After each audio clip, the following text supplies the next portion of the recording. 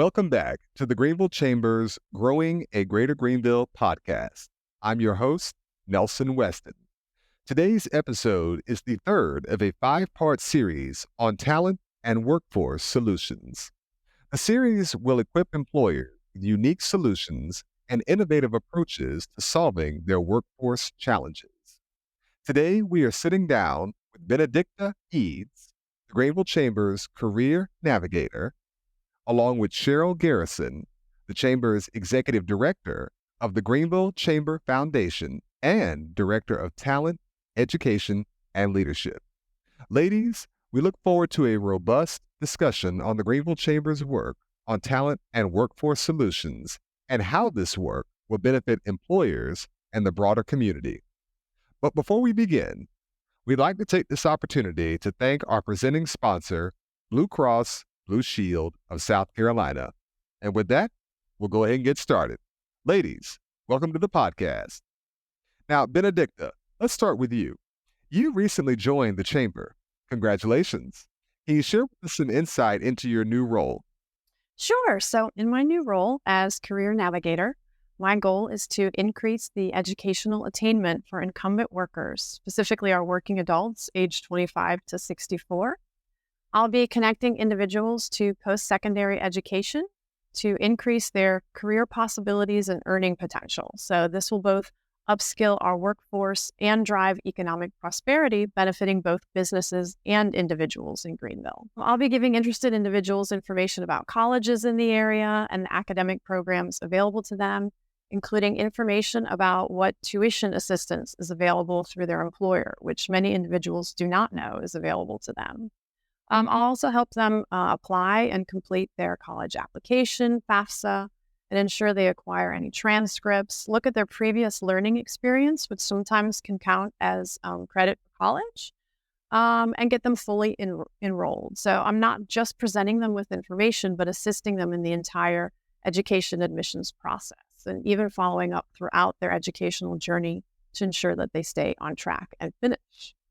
So I'll partner with support services throughout the community that I can connect them with, send yearly reminders about FAFSA, for example, and play the roles of both coach and cheerleader through the entire process. So every day we confront inequity in education, whether that be through gender, race, ethnicity, age, or some combination of that. So I'll help adults navigate the challenges and struggles they may encounter. Well, Benedicte, that does sound very fascinating and quite thorough. I'm sure you're going to be pretty busy at the Chamber then. Oh, yeah. So it does raise the question, though, what roles have you held in the past that have brought you here to this current position? Sure. So previously I was working at Greenville Literacy Association with adults who had recently achieved their GED and adult immigrants in our community that were working on improving their English skills. So at Greenville Literacy, I connected our GED and ESL students to college and career opportunities as their career navigator there. So I've worked with the support services, certificate providers, colleges, and most importantly, our non-traditional student population, having experience giving college and career counseling with both empathy and support. I also have experience teaching in the classroom with ESL, digital literacy skills, financial literacy, offering career navigation, helping with skills and interest assessments, resume writing, job interviews, interviewing, and networking. Now, Cheryl, on the other side of the spectrum, and of course, given your position at the Chamber, can you tell us about the process that got us to this particular point of the Chamber itself being in a position to hire a career navigator like Benedicte? Sure. Thank you, Nelson. So the Greenville Chamber began researching the importance of increasing education attainment in 2019. And shortly thereafter, we made it one of our 4 strategic priorities for the 3rd iteration of Accelerate, which is our private sector-fueled economic development initiative. Accelerate was created more than a decade ago to address the troubling gap in per capita income as compared to the national average. Increasing education attainment is a way to accomplish this. So we have adopted the Lumina Foundation goal of 60% of working-age adults having a high-quality credential, certification, or degree by 2030 that leads to meaningful work and economic mobility. The Greenville Chamber, in conjunction with a group called Bridging the Talent Gap, surveyed employers to determine the skills needed now and 5 years into the future. This data provided further proof for us that we as a community need citizens with education at all levels. This survey work that we also did with some employees let us know that there is an interest in gaining additional education and that these individuals need help in pursuing their goals. So we have a diverse task force of education, business, and nonprofit leaders that help guide this work. And we benchmarked other communities across the country, and we determined that the best way to increase education attainment was to have a neutral career navigator, work with individuals to overcome barriers and connect with the education that makes sense for them. That sounds like fantastic work. Now, Cheryl, we will circle back in just a moment when it comes to that 60% goal that you just now outlined. But Benedicte, I want to come to you for a second. What are you personally hearing regarding workers, what they say when it comes to their top concerns or barriers to completing their coursework? What are you hearing? So the number one concern is time. Of course, the Bridging the Talent Gap report surveyed people who are working, so full-time workers mainly. And between job and family, life really doesn't leave a lot of time to participate in education. So that was the number one concern. So luckily, our education partners are working hard to offer evening, virtual, and asynchronous education for students that don't have time to attend traditional class times. And we're also working to ensure that our employers will be flexible with these students. So employers can support their employees by offering flexible working hours, giving time off to attend class or even study groups. Okay. And where do we stand regarding the progress of all this work? So at this time, we have met with, or we're planning to meet with 3 of our employers that participated in our Bridging the Talent Gap. And I'll be talking to them about both their tuition assistance programs and what type of flexibility they offer to those employees. So when I start meeting with them, I'll be able to say, this is exactly what your employer can offer and how they can support them. That's excellent. Now, Cheryl, where does the Career Navigator role fit within the Chamber's overall talent and workforce solutions strategy? So the Greenville Chamber has a continuum of talent, education, and leadership development.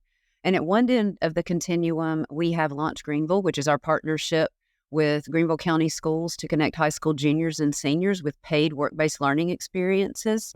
On the other end of the continuum is our leadership development suite of programs focused on meeting the personal and professional leadership development goals of companies and individuals in our area.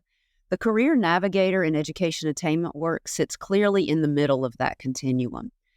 We want to make sure that individuals have the resources to seek and obtain the education that they need to reach their goals and increase their economic mobility.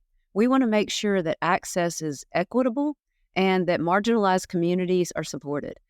We know that talent continues to be the number one challenge employers face, and this work will help to increase participation in the labor force. By partnering with employers, we'll be able to maximize the education resources that they provide, and we'll be able to create partnerships with education entities to upskill and reskill their incumbent employees, which will lead to better employee retention and engagement. Now, Cheryl, I want to circle back to what we talked about a few moments ago regarding that 60% goal. Can you tell us more about that when it comes to working age adults earning high quality post-secondary credentials, certificates, and even degrees? Where do we currently stand with those goals? Absolutely. So that goal we adopted from as aligned with the Lumina Foundation. And the Lumina Foundation has been doing education attainment work, supporting that work across the country for a decade or so. And currently, Greenville County sits at 49.5% of working age adults have an associate degree or higher. This is up from 39.6% in 2009. So we have made progress, but we definitely have a ways to go. And so just to put this in perspective, we will need an average of about 37,000 more high-quality credentials, certificates, or degrees to meet this goal by 2030. Currently, Greenville County has 68,000 residents with some college but no degree. So we have a tremendous opportunity to meet this lofty goal and to help grow a greater Greenville. And do you anticipate we will meet those goals on time in 2030? Of course we will. Of course. And it will be a group effort. This is nothing the chamber does is we do alone. We collaborate, and this will be a collaborative effort with both our employer partners, our education entities, and our nonprofits to make this happen. Okay. Now, ladies, let me ask you both this question. There are so many more post-secondary options out there beyond just bachelor's degrees, as y'all are both more than well aware. Can you both expand on what those options include? Can you also help us paint a more clear picture of what those career opportunities look like? Benedicte, you can go first. Sure. So there are so many options besides bachelor's. So many of our local colleges offer associate's programs. So you could get a better paying job within about 2 years. But there's also dozens of certificate programs that can present greater employment opportunities, such as CDL, which is the commercial driver's license, the EMT certificate, early childhood education certificate, electrician, HVAC, welding, CNA, which is a certified nursing assistant, cosmetology, phlebotomy, even auto collision repair. So a lot of these certification only require a few months of study and can really propel the students into a better job or a better position within their company. Cheryl, did you want to add to that? Sure. And I would say that we know that across the country and in our area as well, that about 68% of the jobs require education beyond a high school credential, but not necessarily a bachelor's degree. So the need for education at all levels is an and, not an or. We need people at every education level. And we also want to make sure that people have the opportunities to move from one level to another if that's what suits their career goals. So then, and Cheryl, let me pose this question to you as well then. How exactly is educational attainment connected to the Chamber's work to raise per capita personal income in Greenville County? Yes, thank you, Nelson. As I mentioned earlier, Accelerate is our private sector-fueled economic development initiative, which was created to address this gap. Our region has been experiencing a decline in per capita income since the late 1990s. Okay. So the Chamber's vision included, so our goal with the Accelerate initiative was to close that gap. And our Chamber's vision includes two important phrases, and those are businesses succeed and people prosper. And one way of measuring success and prosperity is using that Bureau of Economic Analysis per capita personal income metric. And it's a high-level measure. And the way that you get that is you basically take the income from all sources and you divide it by your population. And as I mentioned, Greenville does not fare as well as we should on this metric. And what does that mean? Well, as of 2021, the Greenville PCPI was only 86% of the U.S. PCPI. So we are underperforming.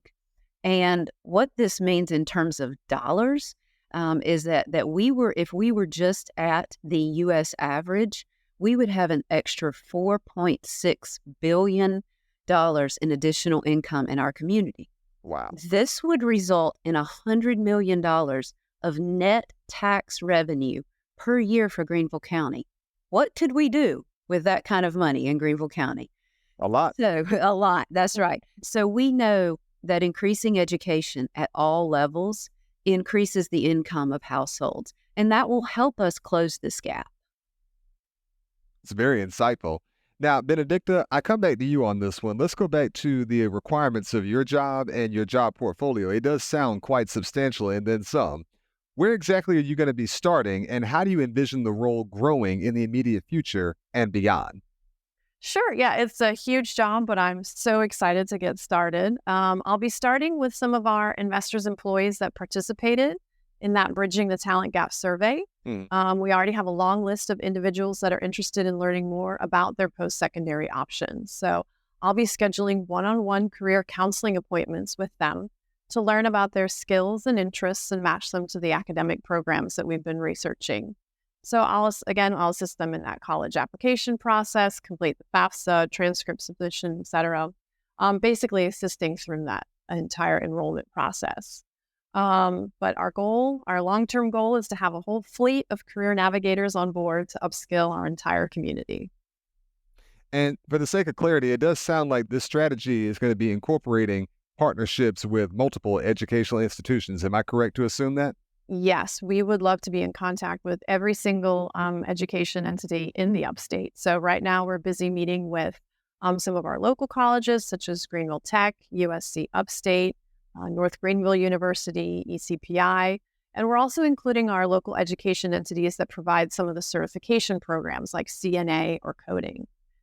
So we'll gather information about each education institution's requirements, admissions process, any credit for prior learning opportunities that they have, so that we can offer neutral navigation and have knowledgeable information for our students. I know we talked about some of the ambitious goals for the year 2030, but I'm curious, in the year 2023 right now, is there anything in particular the Chamber is seeking to accomplish sometime this year? Cheryl or Benedicte? Yeah, so I would say, Nelson, this is big work, and it's taken a long time. We started this in earnest in 2019. So getting started, hiring a navigator, having someone with Benedicte's skills and passion on board is a huge step. And so we foresee that by the end of the year that we will have a number of folks in our pipeline, and that we will be moving forward. So, again, we have internal goals, but I would say that within the first 6 months, we would love to have at least 50 folks in our system, and that we're assisting with meeting their educational goals. But we are open to a whole lot more than that. And speaking of meeting those goals, I know the primary focus today has been on education. Is there any work that nonprofits and other small businesses, even outside of the realm of education, is there anything they can do to support y'all in these endeavors?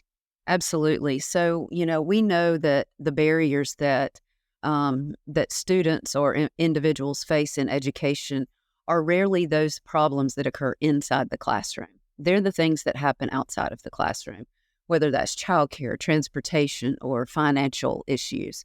So by partnering with our nonprofit entities who help to support individuals through those barriers, we can refer folks to the nonprofits, but the nonprofits can refer individuals to us as well. So we want that to be a two-way street with our nonprofit partners, that they can help support the students that we have in our pipeline who may be having challenges, but then we can also support the folks that they're working with who may be wanting to seek additional education.